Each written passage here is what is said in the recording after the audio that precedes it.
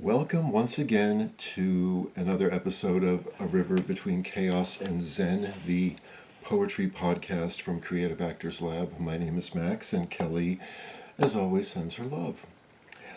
This is the 10th episode of this little conversation here of poetry and where it comes from. And it's this has been very much of a trial by fire. Well, not trial by fire, that's the wrong thing to say, but just very much of a work in progress. All the rough edges and the non-edits and all that stuff are very much intentional. And I've learned a lot, and I want to continue from here. But I just feel like I no longer want to keep this little project kind of as secret as I have. I do want to start bringing it out and sharing this with people because I do think some people are going to be entertained by it, and some people are going to need to hear some of this stuff. So, very grateful to be able to do this. Just the whole idea of just reading poetry, which has always become, I think, has always had a place in my heart. But anyway, enough of this. I would like to read some children's stories. These are not necessarily poetry in the they don't rhyme and are not structured like a poem, but these things are very much from the heart, and they're written by somebody very special to me. And I'm not going to mention any names because I think she'd be mortified and give me the dad kind of attitude, but I'll just say for myself, how I ever became the parent of an almost 30-year-old, I have no idea. There was a time I didn't think I was going to make it to 30 years old, but here we are, and I'm very grateful. And this is some of my lovely daughter's work, and it speaks of such a perennial, eternal inner child that we all have. Just as Picasso had said something about, it took me 4 years to learn how to paint like Raphael, but I'm still teaching myself how to paint like a child, or words to that effect. And I just think, for as much as I could expound upon these few pieces that I wanted to read, I just think it's better if I just keep my big mouth shut and let the words in the story serve the purpose, rather than me sitting here and bellowing and expounding and yammering and jaw-jacking and whatever else. So I will say this is also to get back to, again, if you've ever had me as an acting teacher, I've told the story, I'm sure, about the Voice for the Stage class that I had when I was still back in school studying theater, and the time that our instructor had us do an exercise of reading kid stories in front of the whole class, and you had to speak in your normal voice, and you had to have 3 character voices, and it was honestly one of the fondest memories I have, actually, of my young days as a theater student. So, that being said, I'm going to stop talking like I promised and read something. This first one is called The Moon Follows Boo.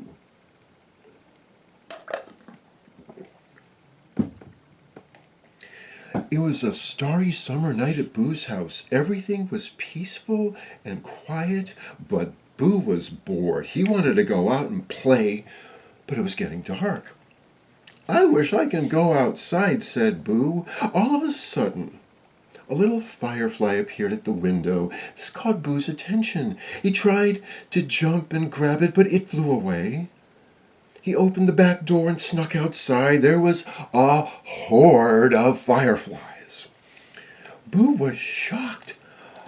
"Wow, it's so bright." He jumped and pounced, trying to catch them. This was fun. The butterflies moved and danced whenever Boo wanted to get them. Boo's fun came to an end when he realized he had walked too far from home. Everything was dark and scary. The trees had eyes. He thought the boogeyman was watching him. "Mommy! Daddy!" Boo cried. No one could hear him. He was all alone and scared. "Don't be afraid, Boo," a gentle voice said. Boo looked up and saw the bright shining light of the moon. The moon spoke again. "I'll use my light to guide you home."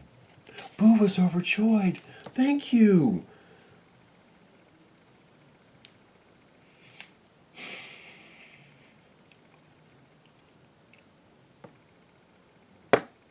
I knew I was going to do this.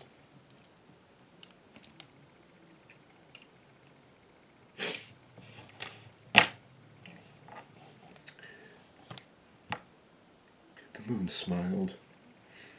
"You're welcome, but you shouldn't be out here by yourself." While the moon guided Boo home, they talked and got to know each other. "It's wonderful to have a friend to talk to," the moon said. "Don't you have any friends?" Boo asked. "I'm afraid not. No one down here thinks to talk to me." The moon told Boo that she gets sad because no one appreciates her hard work. She gives the world beautiful starry nights with moon glow. She knew the world loved her, but they often took her for granted.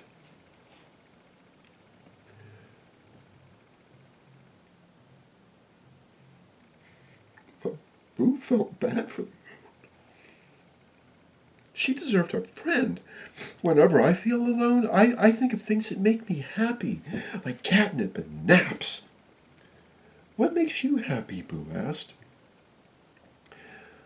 "I like watching humans and animal babies dreaming, and I like watching campfires." "If you just keep thinking of those happy thoughts, you won't feel so lonely," Boo said. The moon smiled. Those happy thoughts calmed her, and she no longer felt lonely. She was happy, knowing that she had made a new friend. However, their journey came to an end when they arrived at Boo's house. "Here's your stop," the moon said. Boo frowned. "I don't want to leave you." The moon smiled. "I'm okay, Boo, now that I've made a new friend. I don't feel lonely anymore." "Can we still talk?" Boo asked. "Any time you want. Just look up in the sky, and I'll be there. Now go home. Your family is worried about you." Boo's family was so happy to see him. He got cuddles from Daddy and kisses from Mommy and big sisters, and when he went to bed, the moon was watching over him with a smile on her face. He was happy to have a new friend that he could see every night. And in case you can't see him, the main character of this Boo is actually sitting right here just outside of camera frame. He did that one night. He got out, and we were so scared that we had lost him. But he came back. This is Polly the polite possum. This is Polly. She's a polite possum. She has the best manners, always cleans up after herself, and loves to lend a helping paw. It's impossible to dislike her. It would be like hating a puppy. Who hates puppies? One night at dinner, Polly's parents tell her to always spread kindness, no matter what. What if a person you're kind to isn't nice? Polly asks. Never repay rudeness with rudeness, Polly's dad says. Why, Polly asks. Someone who's rude is secretly hurting, and in order to make themselves feel better, they have to be mean and put others down, Polly's mom says. Polly thought about this saying all night. She never thought about it in that way. The next day, Polly decides to set up a tea party in the woods for all the animals to enjoy. She smiled to herself. This will be so much fun. Then she heard a bump in the bushes. She turned to see 2 raccoons. She smiled and greeted them. Hi, my name's Polly. What's yours? The boy raccoon rolled his eyes. Name's Bandit. The girl raccoon scoffed. Jem. Polly was taken aback at their attitudes, but then she remembered what her parents told her. Would you like to join me for a tea party? Polly asks. Whatever, Bandit says. Got nothing better to do, Jem scoffs. Polly smiles. Thank you so much. Polly gives the 2 raccoons a tray full of treats. Can you put these cakes on the table, please, and thank you? Yeah, whatever, Jem said. Once Polly's back is turned, Bandit and Jem eat all the cakes and didn't spare one for Polly. When she saw the trays that were empty and the table had no cakes, she was confused. What happened to the treats? Polly asks. We were hungry and they looked delicious, Jem grins. You should have been watching us, Bandit agrees. Polly was disappointed, but she didn't let it show. That's okay. I have extras. Can you set the table, please? The raccoons rolled their eyes. Whatever, Bandit said. Polly went back to the kitchen to get the extra goodies. Bandit and Jem take this chance to do some more damage and break all the tableware. Cups, plates, and silverware were broken and shattered into little pieces. Polly rushed out to see what all the chaos was about, and when she saw the mess, she was devastated. Oops, sorry, Bandit grins. It was an accident, Jem grins. That does it. No more Miss Nice Possum. You're not welcome to the tea party. Please leave. Ben and Jem's smug smiles turn to frowns. We're sorry, Bandit says. It's just how we have fun, Jem says. Polly's face softened. My parents fight, and it's really loud, Bandit says. My parents split up, and they don't pay much attention to me unless I'm bad, Jem says. We're sorry we ruined your tea party, Bandit says. Can we help you clean up, Jem asks. Polly smiles. Sure. Once everything is spick and span, Polly decides to teach Bandit and Jem a lesson of manners. It's hard for them at first, but Polly guides them, and soon they understand. When the tea party started, the raccoons were nervous. What if they don't like us? Jem asked. Don't be silly. They're going to love you, Polly smiles. I don't know, Bandit says. Just remember what I taught you, Polly says. Polly's friends welcomed the raccoons with open arms. Tea and treats were served, and they were on their best behavior and weren't rude. By the end of the party, Jem and Bandit had a wonderful time. Thank you for letting us stay, Bandit says.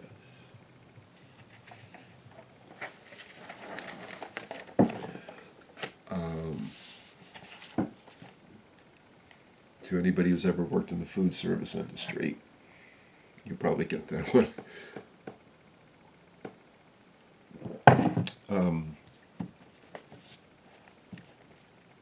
There's a lot I could say about this next, but I won't. I'll just try my best to make it through. It's called Ellie in the Closet. This is Ellie. She's a rainbow lizard. She wants to make new friends and be a regular kid. However, she's afraid of others teasing her because of her rainbow scales. One day she goes to the park and tries to play with the other little animals. One duckling saw her, got scared, and ran to his mother. The mother duck gave Ellie an angry look and in an icy voice said, "Leave and never come back." Ellie ran home and hid in her closet. That night she cried herself to sleep. Who wants to be friends with an ugly lizard anyway? The next day, while playing with her dolls, she heard the closet door open. Panicked, she hid under her sleeping bag. "Hey there, are you okay?" a voice.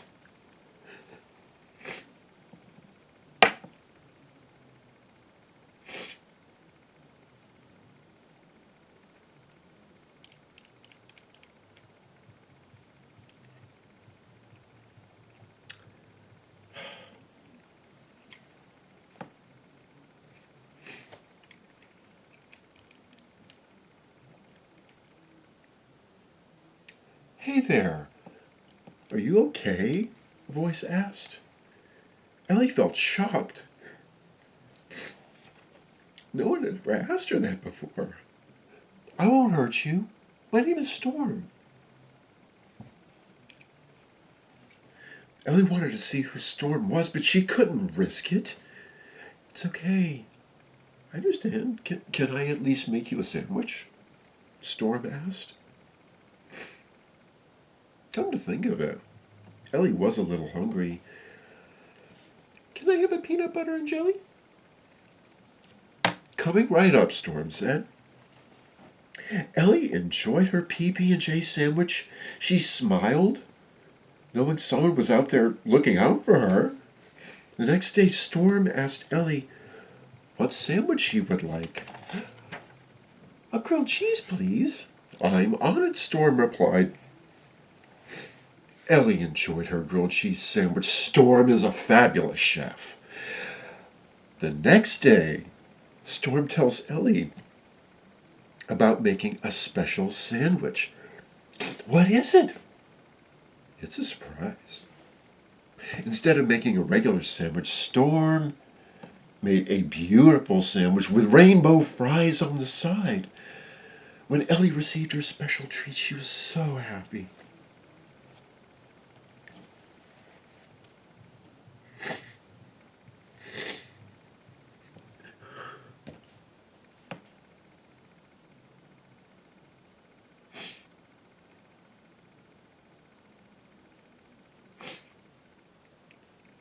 The rainbow sandwich looked just like her. In fact, it seemed too pretty to eat. But Ellie was hungry. She wanted to show Storm her true self, but what would her friend think? Will she scream and run away? That same night, Ellie made the brave decision to come out of the closet. She slowly opened the door and she heard Storm joke, "Don't worry, I won't bite." Ellie walked out into the light. A silence hung in the air, and Ellie started to cry. "What's wrong?" Storm asked. "I'm ugly."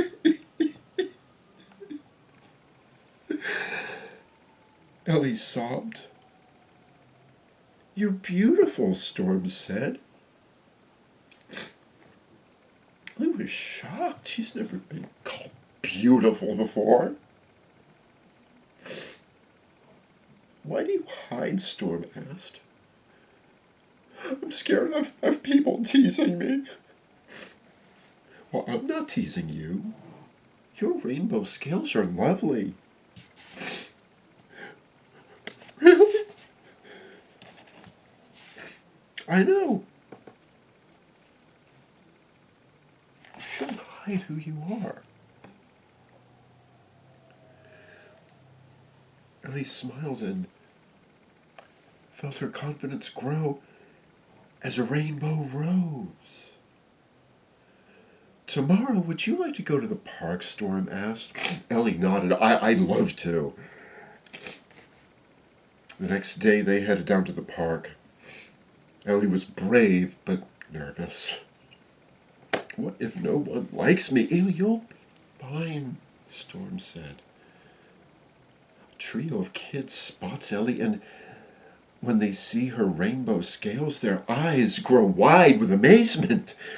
Would you like to play with us? A young cat asks. Your scales are beautiful, said a little puppy. Ellie smiles and they have the best time. To celebrate, Storm treats all of them to rainbow ice cream sandwiches.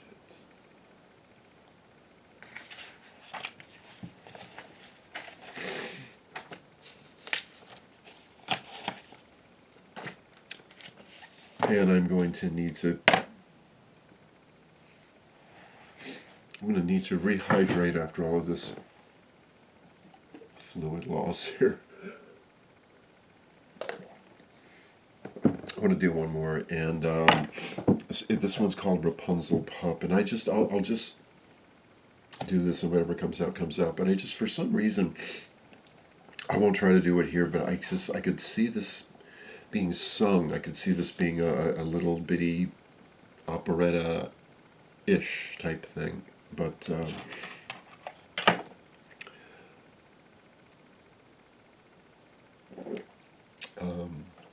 this is the last one. It's called Rapunzel Pup.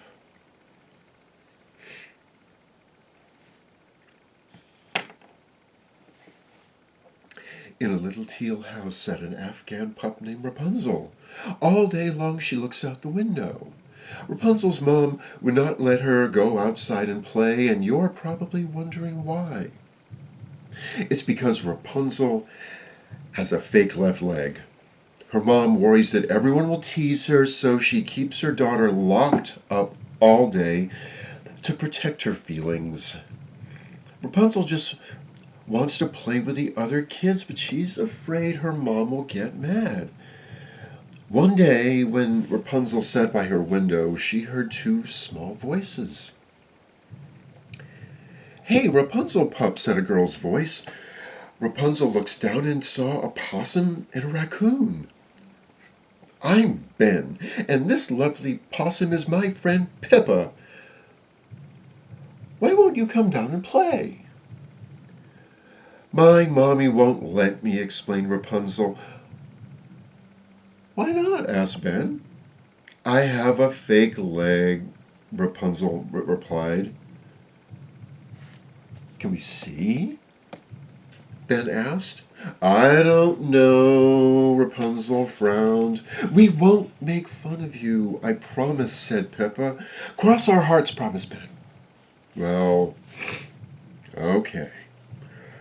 Rapunzel, pup, let down your hair, they called. Rapunzel let down her long, beautiful hair and climbed down. Once on the ground, Rapunzel showed them her leg. They were amazed. What happened? Pippa asked. I was born without a lower leg, and the doctors gave me the fake one to replace it with, she explained. Would you like to play with us? Pippa asked.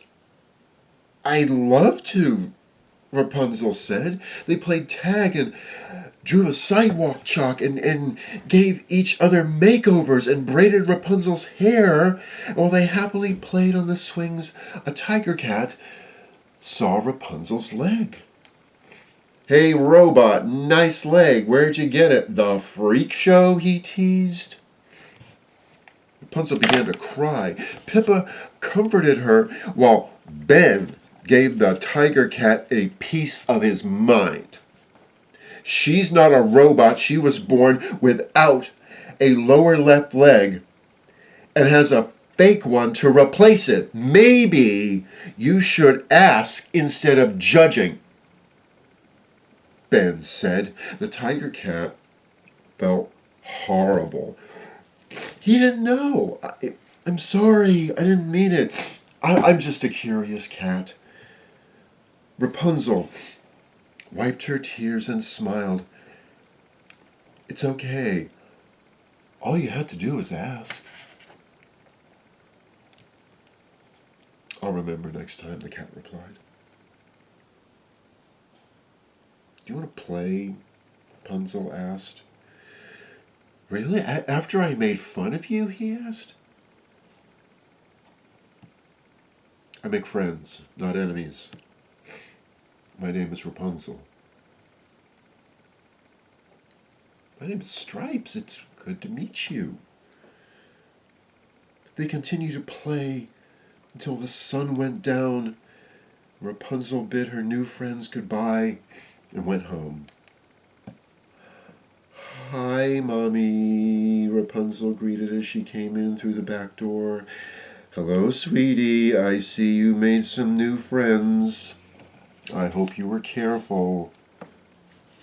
I was. Can I see them again? Rapunzel asked hopefully.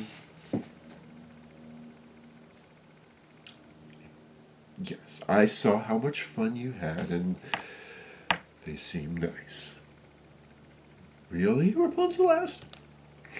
You can go outside and play with your new friends. Just be careful, Mommy said.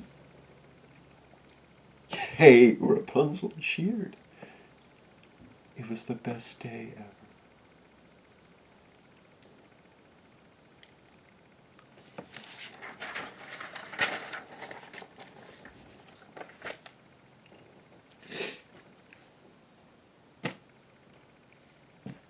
Thank you for listening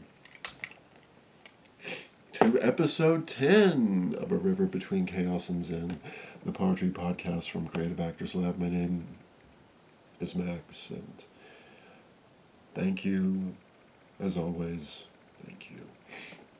May the long-time sun shine upon you, all love surround you, and the pure light within you guide your way. Until next time.